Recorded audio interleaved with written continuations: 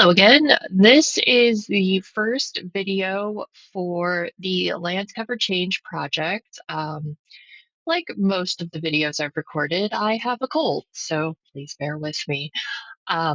This part of the project is going to take you through creating your first two maps that are going to show the land cover change.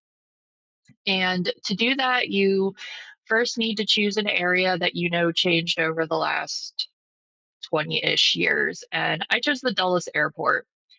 And this presented a bit of a challenge in that the Dulles Airport is not its own designated shape. It's not a city, it's not a county. So finding a study area initially for this was a challenge. So I'm going to show you extra things in this video that you may or may not need to use, but should you need to use it, they are available. So to start off, you're going to have to go find the National Land Cover Database layer. So you're going to go to Catalog, Portal, make sure you're searching ArcGIS online, and then just type in NLCD. You're going to get this USA NLCD land cover layer. It is a tile layer, which means it's a raster. Go ahead, right click, add to current map. And then probably the easiest way to get where you need to go is to use the locate function. So if I go to map and I go to locate, it's going to pull up this box, and then I can just type in Dulles International Airport, click, and it takes me there. I'm going to zoom out just a little bit because I want to make sure that I get all of this area of Dulles. Now, this is probably not the Dulles you're used to seeing. There's actually been an extension that was done in 2008. But what you're going to notice if you look at this little time slider up here, and this might be default when you open the layer, I always close it, so that's why it's up here. It's actually showing you 2001, and it's going to go all the way to 2024. So this is a 2001 image, and we need this. We need it before the change, and we need it after the change. So we'll just go with this one as is. And here is the actual layer that we're using. To look at the time periods, the easiest thing to do is right-click on this layer and go to Properties. And you're going to see that it is currently showing 2001 to 2024, but it's showing 2001. So 2001 is right where we need it to be at the beginning, but we don't want to go all the way to 2024. We just want to go to 2002. So I'm just going to change this to 2002. It doesn't really matter what date you're on. You just want a year difference between them. And then I'm going to go ahead and click OK. It's going to refresh the full layer. It shouldn't look any different than what we were looking at before because, again, we're looking at that early time period. You really do kind of want to just wait for it to finish loading. If it's trying to load the layer, it's going to be really slow in anything else it does. So bear with me, trust me. We know that Dulles doesn't look this way now. We'll get there. All right, so then what you're going to want to do is find some way to represent this shape. And I've tried a couple different things. If you're doing a city like the project suggests, an easiest way to do that is just go to your catalog and search for populated places. Again, make sure you're in the ArcGIS Online, not Living Atlas. And this USA Census Populated Places is a good layer. Now, Dulles is not a populated place as expected, so it's not really going to work for this, but this is how you're going to find what you need. So if I just turn that off to make it easier and I click here, you'll see that this is Loudoun Valley Estates, this is South Riding, et cetera, et cetera. And all I would need to do to get the shape of that area is go to Select. I'm going to go to Map. I'm going to go to Select. I'm going to click Loudoun Valley Estates, theoretically. Select. There we go. And then I'm just going to right click, data, export features, and then I'm going to call it whatever this area is. Now, if you choose to do something difficult like I did, you might have to draw a study area. And I'm just going to walk you through how to do that because it's a good skill to have. It won't take that long. So here is our airport again. And to make a study area, it takes a few steps. So the first thing you're going to do is you're going to go to catalog. You are going to go back to your project, into your folder again, or into your folders, into your folder. And then this is a .gdb, which stands for geodatabase or file geodatabase. That's right there. You're going to right click on that, go to new, and then you could do a feature data set or you could do a feature class. You're already in a database, so you don't need a feature data set. We're going to do a feature class.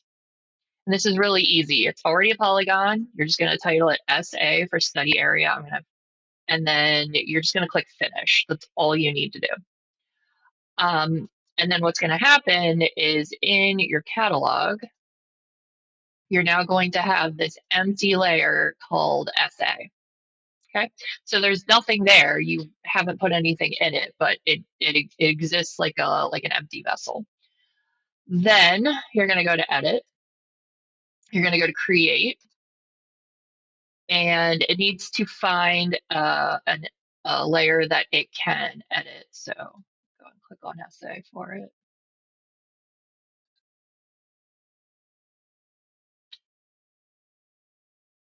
All right, I'll make another one. So just do SA2 for the sake of it.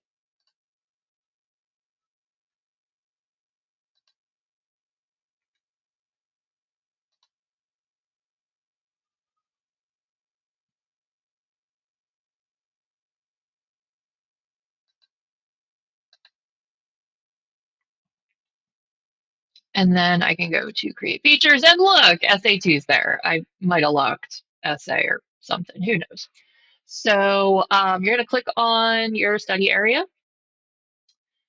And sometimes this closes, so I'm just gonna pin it.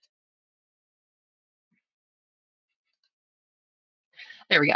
And I suggest you just do this rectangle. So you click the rectangle, and then down here you have the option to align your rectangle to the grid, which you want, and then you also have the option to make a square, which you don't, because this is not a square.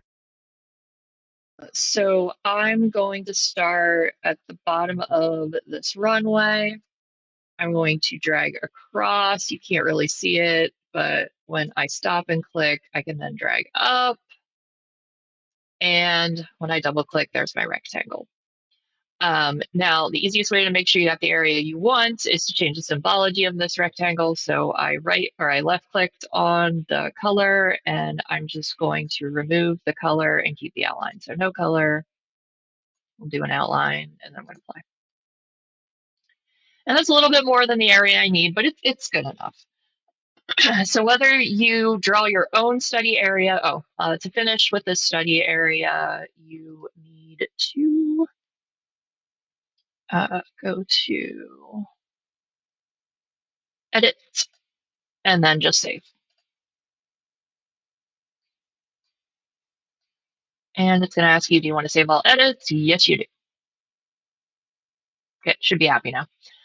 And then the last thing, just go ahead back to map and clear that selection so you just have your box. So again, whether you are actually going to export a populated area or whether you're going to draw your own, you need a study area to do this project. So one of those two steps is going to get you what you need. So I'm just going to go ahead and save. And I'm actually just going to remove SA2 because I don't need it, but it did let me show you how to do it. So the next step then is to use your study area. Gotta turn mine back on. It's about the same size as the one I just showed you.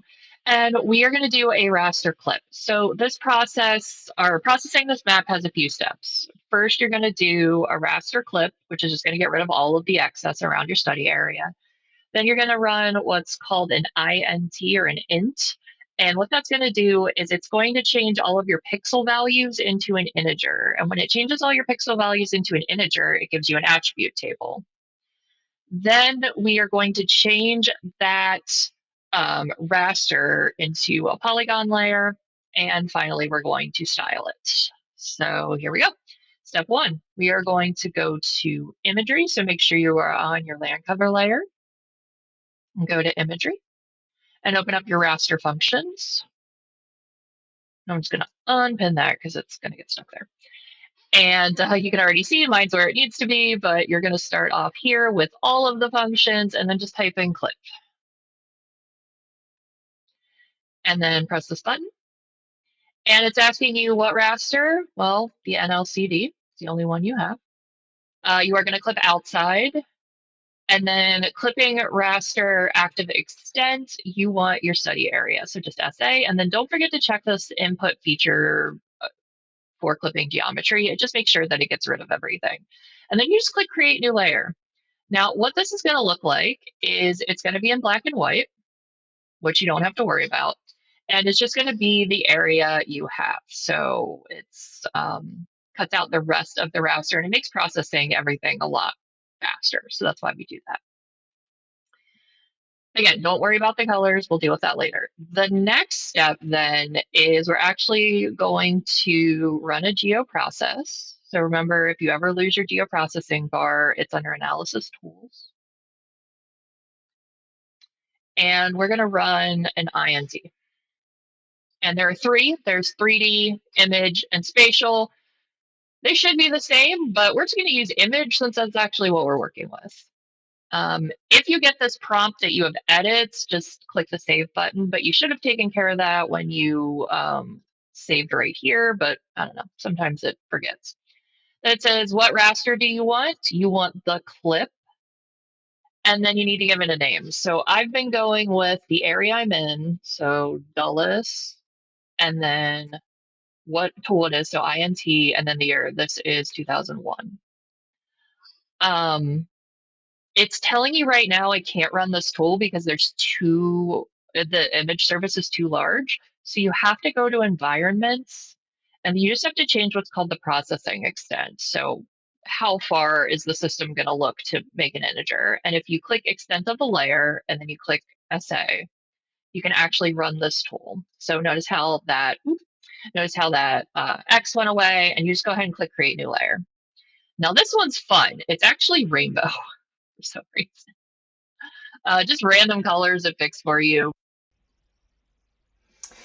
All right, so we have this rainbow layer, and I'm just going to take a step back really quick, and I'm going to talk to you about the different properties. So this land cover layer that we're looking at here, and I'll just go ahead and turn that back on. It has these different names for the different types of land cover. But that's not actually what's stored in the database. What's stored in the database is called a grid code. And here is a image of those grid codes. So we're going to have values from 11 and 12, 20 to 24. There's 130, a couple 40s, 150, 170, 280s, and 290s. They seem really random, but here is what each of them stands for.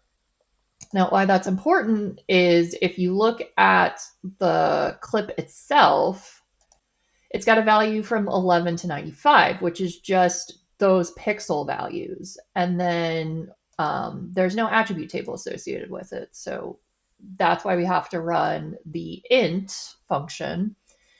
And now we have the same layer, except instead of being graduated colors from 11 to 95, we have unique values for each of those grid codes. And we have an attribute table. So we can actually see how many pixels we have of each count. So that's what we've done so far.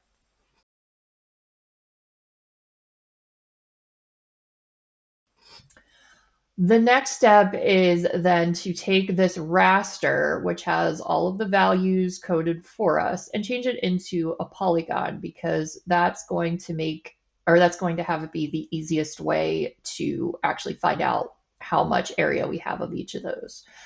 So we're going to run the tool called raster to polygon. Helps if you can spell. There we go. Raster to polygon. And your input raster this time is going to be the int. It's going to use the value field, which is also the grid code field. So one place it's called grid code, one place it's called value. And then in terms of name, we're going to keep it the same. So this is going to be Dulles. This is going to be poly. And it's going to be 01 again because it's 2001. Make sure to uncheck this simplify polygons. We're already losing a lot of definition in the fact that we're using a pixelated image, so we don't want to lose even more. So uncheck the simplify polygons and go ahead and press run.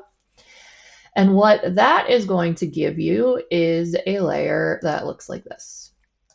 So you can see the rough outlines of everything we had in the raster, but now there's actual polygon values. So if you open up the attribute table for this one, you can see there's 5,000 values. And each one has a grid code. We need all of those condensed into just those 15 grid codes. So we're going to run a quick tool called pairwise dissolve. Oops, that's rasters. There's geoprocessing. And what this is going to do is it's going to condense all of these by grid code value. So you can just type in dissolve. And then when you click on the old dissolve, it's just going to warn you that pairwise is the newer version of the tool. So we're going to click that one. And then the input is going to be the polygon. The output, I'm just going to add the letter D to the end of poly. So it's going to be poly D and then 01. And then you do have to pick a dissolve field. The one we want is grid code. So that's going to, anytime you have the same grid code, like 43 and 43, it's going to combine those areas. Leave the rest of this alone. Go ahead and click run. You have this NLCD join table that you are going to add. And just to remind you how to do that, you go to map, add data, and then you're going to find this file in your downloads or documents, wherever it is. And then you just add it, and it's going to add it as a standalone table. So this table, when you open it, it just has the name and the grid code. So all we want to do is we want to join this name to the grid code so that we can style this. So you're going to right click on your poly D. You're going to go to joins and relates, add join. So your input table you just chose. The input field is going to be grid code. It's the whole reason we've been doing all of this. And then you're going to do your NLCD join table, and you're also going to do grid code. Mine looks a little bit different because there's already a join in here. So it's just going to look like that. And then go ahead and validate your join. I can't because I had to delete the bits, but it's going to show you that there should be 20 values in your table and 15 to join. So that works. Go ahead and click OK.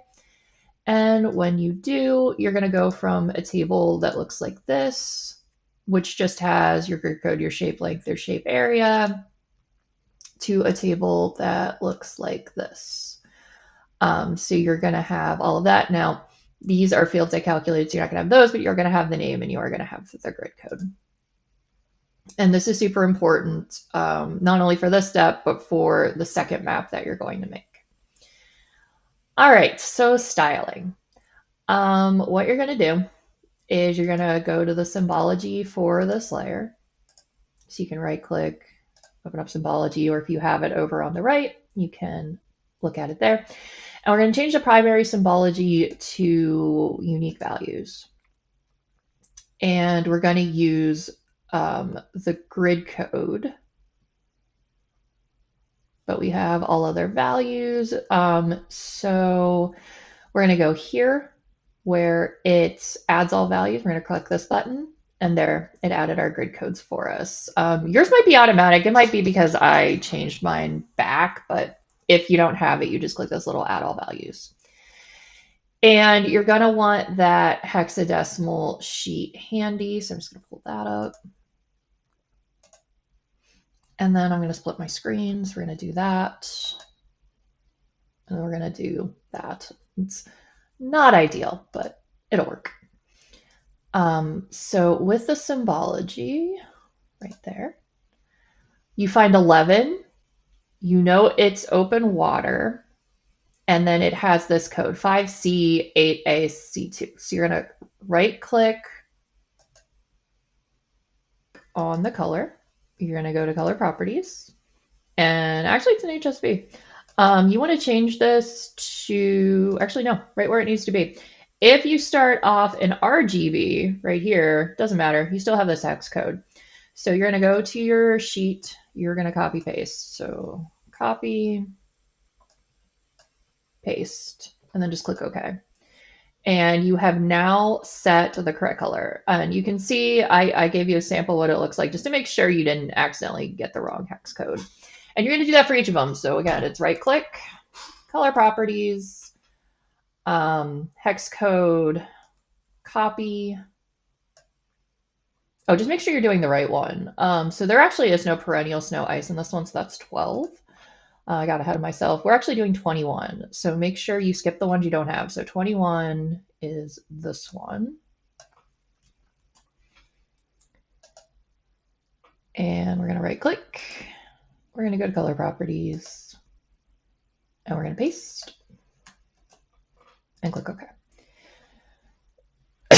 You're just going to do that for each of them. And then do make sure you save your project probably in between these because you don't want to have to do this again. Nice thing is you only have to do it once. When we need it for the second map, it's already stored. So I'm just going to go ahead and get rid of that. And I'm going to show you how I have them all saved so I can do this really fast. So you do have the option when you're in color properties to save color to style. And that's what I ended up doing. Is I gave it the name like open water and then I just saved it. So all I have to do from now on is just right click and then here are all my saved colors. So this is medium intent or low intensity, medium intensity, high intensity. 31 is deciduous forest. No, it's not. Forget what 31 is. This is why I gave you the document.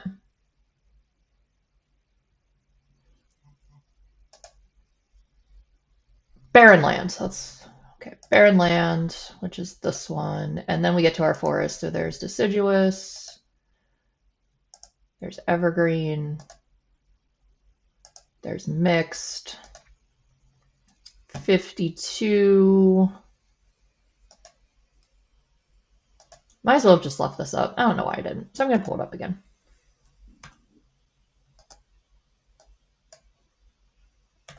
There we go. Okay.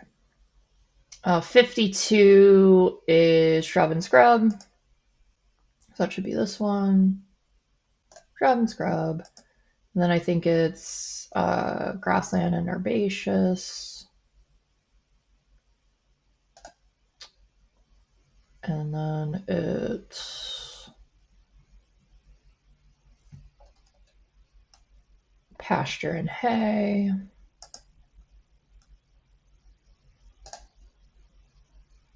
Cultivated crops. And finally, the two wetlands. So there's woody wetlands and there's emergent herbaceous wetlands. Okay, so like I said, you only have to do that once. And then the other weird thing is that it kept the outlines, so we're going to remove those. If we go back, right here under more, there is the format all symbols option, and all you have to do is just change the outline color to no color and apply. So much nicer. Okay, so this is our 2001 image for the Dulles Airport. I'm going to save. And we've got one thing left to do is we need to figure out how much land each of these land cover types cover. Wow, that was English. But essentially, initially you're just given this, and I would rather have it in square kilometers and in a percent. So there's two steps to do that. The first thing you're going to do is you're going to open up the attribute table for your dissolved poly. And then you are actually going to open what is called data engineering. And I think we've done this before, but just in case, I'll give you a refresher. So right click, data engineer. And this is just the easiest way to add fields. I mean, you can go through geoprocessing, but I prefer this. So make sure you're on your data engineering tab, go to where it says construct, and then you're going to calculate geometry attributes. So you're just going to create a new field called SQKM for square kilometers. Now it's going to be mad at me because I already have this. And then the property you're going to do is area. And then the area unit you're going to do is square kilometers. And that's it. You just click apply, or you just click OK. And then you're going to get this value in your table. And then it doesn't really matter if we're in kilometers or miles. Kilometers is just what the map projection's in, so it's better to keep that. It's more accurate. We just really want a percent. For your study area, you can open up the attribute table. And I actually did the same thing. I did a geometry calculation. So I opened my data engineering. I went to construct, I went to calculate geometry attributes, and again, I just called it square kilometers, an area property, and the unit was square kilometers. And I found that my study area is this amount of kilometers. So I just actually right-clicked and copied this value, and then I used it in my calculation. So we'll go back and we'll do this calculation again. Remember square kilometers percent, make sure you're in double. It's not giving me that option to change the field because this one already exists. Make sure you're in arcade. And then our expression is round, $feature, square kilometers. So that's when I clicked this button. And then we're going to divide by and control V to paste your area times 100. And then comma 2. That comma 2 and the ending parenthesis finishes the round function. Always check to make sure your expression is correct. So you just press verify and it says it's valid. And if you're unsure, you can always enable undo and click apply, and then you can always undo it. But what this will do then is give you this percent. Almost done with map number 1. So then you are going to go to your polygon layer. You're going to create a chart. So you can see I already have one. I'm going to right click, go to chart, create chart. We're going to do a pie chart. So when you open up your pie chart, it is blank. You just have to go to properties. And then the category is going to be the name. That's why we did the join. The select field is going to be the percent. And you can change anything else you want. The colors actually do not match the map.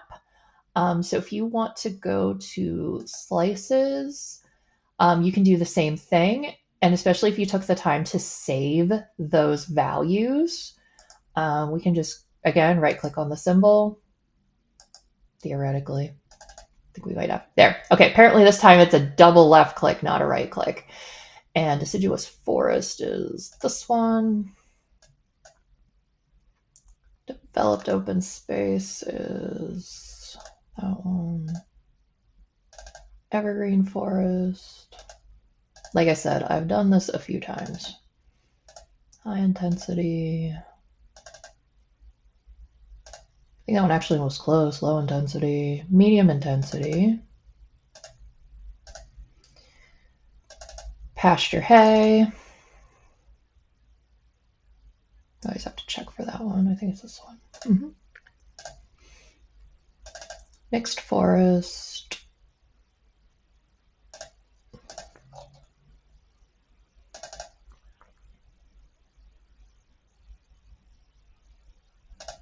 Grassland. Woody wetlands. barren land, cultivated crops.